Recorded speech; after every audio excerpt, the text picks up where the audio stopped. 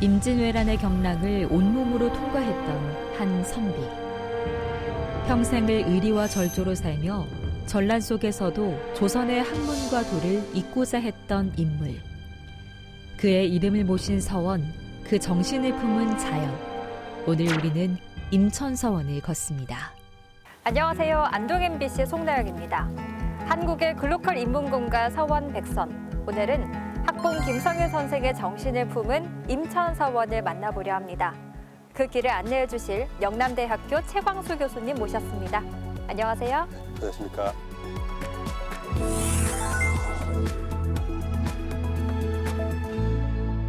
교수님, 안타깝게도 오늘 임천서원을 직접 만나볼 수는 없는 거죠? 네, 그렇습니다. 원래 그 임천서원이 자리했던 이박구곡이죠. 여기에 아주 풍경이 좋은 장소에 위치했습니다. 그러다가 복원하면서 시내 쪽으로 이렇게 갔다가 올 초에 그 학봉 역사문화공원으로 옮기기로 되어 있습니다. 그래서 그 건물을 해체해서 지금 한참 공사 중입니다. 그래서 어쩔 수 없이 오늘은 학봉 김성일 선생 관련 유적을 따라서 그 정신을 한번 살펴볼 수밖에 없는 그런 상황입니다. 김성일은 전란의 책임을 피할 수 없었던 외교의 실책을 안고도 전쟁이 일어나자 몸으로 나라를 지키려 나선 선비였다. 그리고 그는 평생 서원을 세우고 도를 잇는 일에 큰 뜻을 품었다.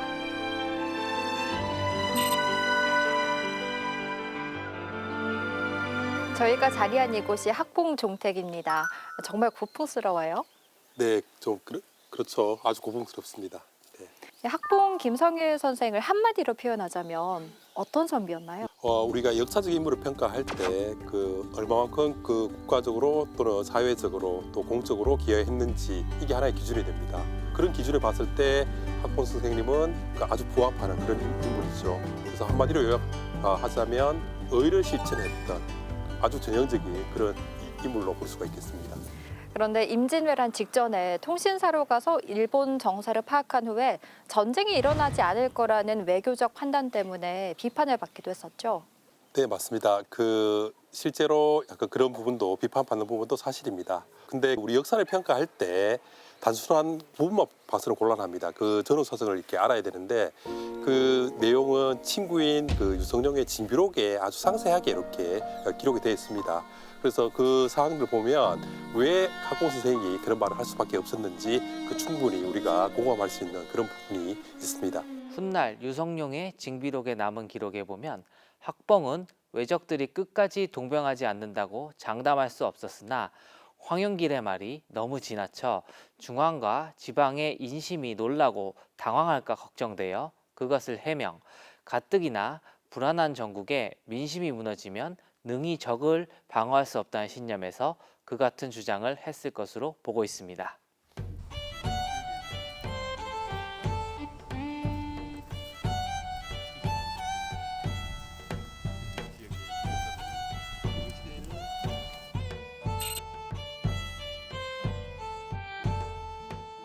교수님, 이곳 소수서원과 학봉 김성일 선생이 남다른 인연이 있다죠? 네, 그렇습니다. 소수서원하고 학봉 김성일 선생은 아주 밀접한 관련이 있는 그런 서원인데 알다시피 소수서원은 한국 최초의 서원입니다. 네. 그리고 퇴계 선생님이 관여하시면서 새로운 교육기관, 즉 서원이라는 제도를 조선사회에 정착시킨 그런 아주 상징적인 그런 공간입니다.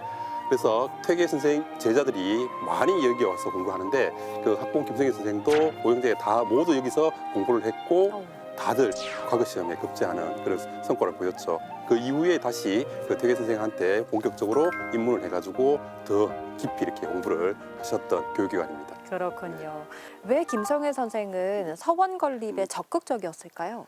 그 당시에 이 조선 사회에 이 서원이 정착되는 데는 퇴계 선생님 이하 제자들의 활동이 큰 기여를 하는데 그 일환으로 학봉 김성일 선생도 소수서원에서 공부를 하고 나중 목사로 가가지고 직접 이 서원을 건립하기도 했습니다. 그 이유는 퇴계 선생이 이 서원에 주목한 이유가 가장 큰 이유가 그 당시에 새로운 인재 양성하는 기관으로서 서원을 생각했는데 그런 이제 선생님의 뜻을 잘 받들어가지고 학봉 선생님도 조선 사회의 서원 건립 운동에 동참을 하신 그런 경우입니다. 그렇군요. 학봉 김성일이란 인물이 점점 더 궁금해지는데요. 그러면 학봉 김성현 선생의 학문적 기반은 어디였나요? 다들 들어보셨을 겁니다. 그 임진왜란 때 한몸을 바치신 그런 분이죠. 그래서 이분은 실천을 아주 강조를 했습니다. 이거는 선대로부터 내려왔던 그런 전통인데 실천과 의리. 그러니까 이 서원 교육의 핵심이 바로 실천입니다.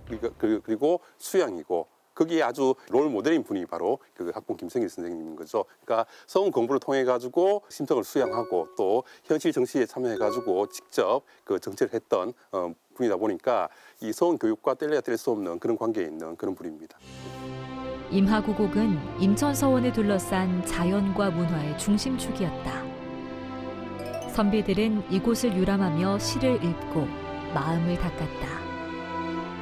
서원의 정신은 언제나 자연의 흐름과 함께 있었다. 임천서원을 이야기할 때 임하구곡이 늘 언급되는데요. 왜 그런 걸까요? 서원이 기본적으로 위치한 장소를 보면 대부분 다 이제 그 주변 경관에 수려하고 또 공부하기 좋은 그런 공간에 그 자리 잡고 있습니다. 임천서원도 옆에 반변천이 흐르고 있는데 거기가 이제 그 의성 김씨들이 오랫동안 세거하면서 그 역사와 문화가 집적된 그런 공간인데 여기가 바로 임하구곡이라고 합니다. 이 임하구곡 내에는 선유정도 있고 백운정도 있고 정자도 있지만 임천서원이라는 그런 강화공원도 같이 자리하고 있었습니다.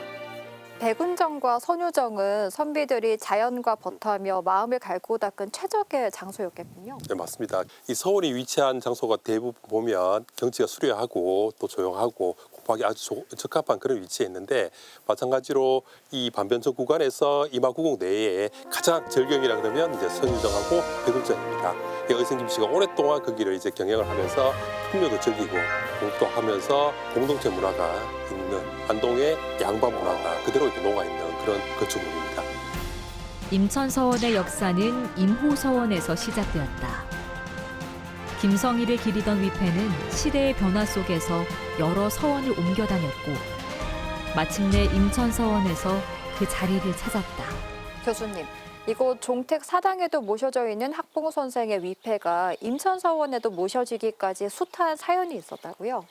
네, 그렇습니다. 그 원래 이제 학봉 선생님이 돌아가시고 한강 정부라는 분이 계십니다. 동문이기도 하고 퇴계학과를 대표하는 그런 인물인데 그분이 안동 부사로 와가지고 학봉 선생의 소원이 없는 그런 흠결이 있다라고 해가지고 이제 그 소원을 짓게 되죠. 그 소원이 이제 지금의 이모서당입니다. 지금은 학봉 선생의 조카인 분을 모시고 있는 소원인데 원래 여기 모셨다가 근데 이게 얼마 안 돼가지고 안동에서 회계 선생으로 모시는 그런 소원이 만들어집니다. 지금의 호계 소원이죠. 거기로 이제 그 퇴계 선생을 제자 중에 대표하는 그 학봉 선생하고 서예 선생의 위패를 그쪽으로 옮깁니다. 왜냐하면 그 당시에 한 고을에 그 한 인물의 소원이 두 개 있는 건 조금 곤란하다라고 해가지고 호계 소원을 이렇게 옮겨지면서 그 임천 소원은 서당이 됐고 그 학봉 선생의 위패는 호계 소원에 모시면서 호계 소원 위주로 이렇게 활동을 하게 됩니다. 1620년 김성일의 위패를 여광서원으로 옮겨 이황, 유성룡과 함께 재앙하면서 자진철거의 운명을 맞으면서 첫 번째 회철의 아픈 역사를 가지게 됩니다.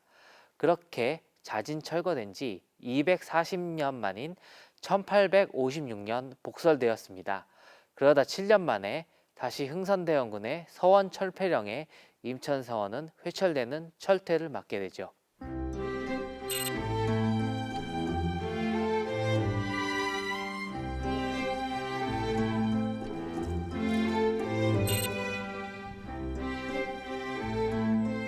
교수님, 이 임천서원이 복설된 결정적인 이유는 뭐였나요? 사실은 19세기 들어와가지고 이 서원 복설이 쉽지가 않습니다. 이 뭐 비용도 많이 들고 지역 사회 내에서도 이 공론이 있어야 됩니다. 네. 이 건립하자는. 근데 학봉 선생님은 국가 차원에서 봐도 큰 공로가 있으시고 또 이 안동 사회 내에서 이분의 학문 그리고 실천 정신 이런 것들이 오랫동안 이렇게 면면이 개성이 됐습니다. 그러다 보니까 자연스럽게 학봉 선생만을 모시는 그런 공간이 필요하다라는 이 여론이 형성됐고 그런 차원에서 이제 그 복설이 된 그런 사례입니다. 네. 임천서원은 두 차례나 청액을 시도했지만 시대의 흐름은 서원을 향해 가혹했다. 회철의 굴곡진 역사를 겪었으나 지역살림은 김성일의 도를 잇기 위해 다시 임천서원을 일으켰다.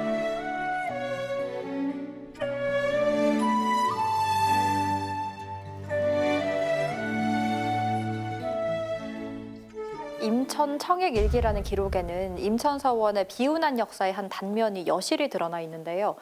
서원의 청액은 어떤 의미인가요? 소수서원이 세워지고 그 국가에서 허가를 내려줍니다. 국학이라고 그 나라에서 인정한 학교다. 그게 바로 이제 사액이라 그러는데 네. 청액이라는 거는 사액을 신청한다라고 해가지고 일련의 과정을 정리한 게 바로 청액일기입니다. 그 사액을 받게 되면 경제적으로 혜택도 있고 또 지역 사회 내에서 그 위상이 상당히 높아집니다. 그러다 보니까 이 지역 내에 그 안동만 하더라도 사액소는 몇 개 없습니다. 5개 정도밖에 없다 보니까 그 사액 받는 거는 그 자체만으로도 굉장한 위상을 가지는 그런 의미가 있죠. 그렇군요. 그러면 임천 청액일기의 정확한 내용은 어떤 건가요? 이 서원이 왜 그 사액을 받아야 되는지 그 이유를 이렇게 적어 놓은 거죠. 그 일정을 이제 일기니까 타임라인으로 해가지고 이제 공론을 모으고 안동에서 모으고 또 사람 임원을 선발하고 상소문을 쓰고 또 그걸 들고 이제 서울 올라가는 거예요. 서울 올라가가지고 이제 청액 활동을 하는 거죠. 그 소위 말하는 이게 조정에 그걸 이제 그 봉입을 해야 됩니다. 해야 되니까 그 과정들을 아주 디테일하게 꼼꼼하게 그 작성을 해놨죠. 그래서 임천서원 역사에서 빼놓을 수 없는 그런 자료입니다. 아주 중요한 기록문화유산입니다. 그러면 사액을 받은 건가요? 안타깝게도 사익을 못 받습니다. 그 시절에 이미 대원군이 서원의 철폐를 염두에 두고 있었습니다. 네. 그런 분위기다 보니까 당연히 불허를 하게 되죠. 그러니까 아쉽지만 못 받게 됩니다. 그래서 또 하나의 아픔이 흥선대원군 시절의 그 회철의 역사군요. 네, 맞습니다. 대원군이 회철할 때 우리가 그 서원 전체를 한꺼번에 했다고 생각하는데 그렇지 않습니다. 처음에는 이제 사익을 못 받은 서원을 먼저 회철을 합니다. 하니까 사액 소원에서는 지지를 하지 않죠. 네. 그 1차 미사액 소원 해철하고 난 뒤에 사액 소원을 이제 해철합니다. 그때까지도 임천서원을 빠졌습니다. 왜냐하면 어쨌든 이 안동 사회에서는 이 의성 김씨가 가지는 그런 위상이 대단히 높았기 때문에 제외시켜 준 거죠. 근데 최종적으로는 이제 임천서원도 포함이 돼가지고 장정들을 보내가지고 2차례나 걸쳐서 이제 건물을 이제 무너뜨렸죠. 네. 그렇군요. 그럼에도 임천서원 복설을 위해서 많은 사람들이 애썼다고 하죠. 안동 그 전체 그 사림에서 다 복설에 동의를 했습니다. 참여 인원들을 보면은 그 안동뿐만 아니고 이 안동권 전체에서 다 이렇게 지지를 했습니다. 또 참여도 하고 그 정도로 이 학봉 김성일에 대한 위상이 남다름을 우리가 볼 수가 있는 거죠. 임천서원은 작지만 정연한 구조를 갖고 있다. 학봉 김성일의 정신을 기리는 공간으로 강학의 장소인 강당과 재향의 공간인 사당이 질서정연하게 구성된 이곳은 조선 후기 서원의 구조와 정신을 잘 간직하고 있다. 임천서원이 1908년에 복설된 걸로 알고 있는데요. 건축은 서원 그대로의 기능을 담고 있는 거죠? 당연히 그렇습니다. 복설이라 그러면 그 우리 잘 아는 전학 후묘 강당을 중심으로 해가지고 좌우에 동서재가 있고 뒤편에 이제 사당이 있는 이런 구조를 우리가 전학 후묘라 그러는데 그런 이제 그 원형을 살려가지고 이렇게 복설을 한 거죠.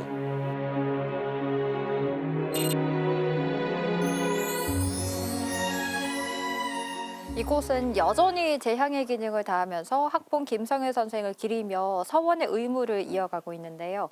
임천서원에서 우리는 어떤 걸 느낄 수 있을까요? 한국 서원의 가장 큰 특징 중에 하나가 재향입니다. 중국 서원하고는 다르게 한국의 서원은 그 지역에 그 연고가 있는 인물을 그 모시는 게 특징인데 임천서원은 당연히 조선시대를 대표하는 그 충의를 대표하는 인물이 바로 학봉 김성일입니다. 그 재향을 통해 가지고 이 지역에 있는 후손들 또는 후학들이 그 정신을 이어가는 거죠. 그래서 재향은 계속돼야 된다. 서원의 기능 중에 가장 중요한 거기 때문에 그 오늘날에도 그런 의미가 있다라고 생각이 됩니다. 오늘 저희는 임천서원을 통해 학봉 김성일 선생의 정신과도 마주할 수 있었습니다. 우리의 정신과 문화를 지탱해온 서원 이야기. 오늘은 최강수 교수님과 함께 임천서원을 거닐어봤습니다. 교수님 고맙습니다. 고맙습니다.